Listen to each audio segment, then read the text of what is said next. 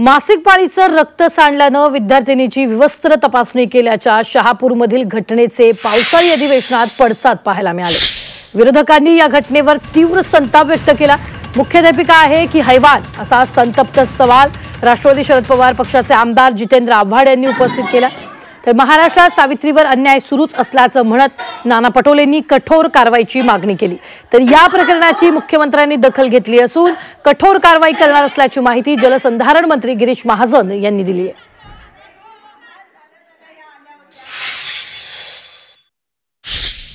अध्यक्ष महाराज कुठलंही काही नाही, काय चाललंय या महाराष्ट्रात अध्यक्ष महाराज?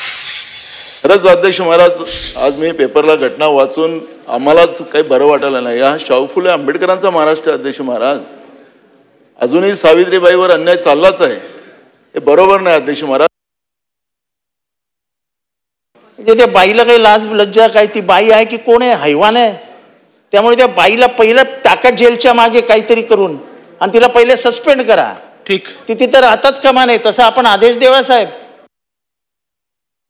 अगदी कडक कारवाई केली जाईल, त्याच्या संदर्भात मुख्यमंत्र्यांनी माहिती घेतलेली आहे। मुख्यमंत्री महोदयांनी कारवाईचे आदेश दिलेले आहे।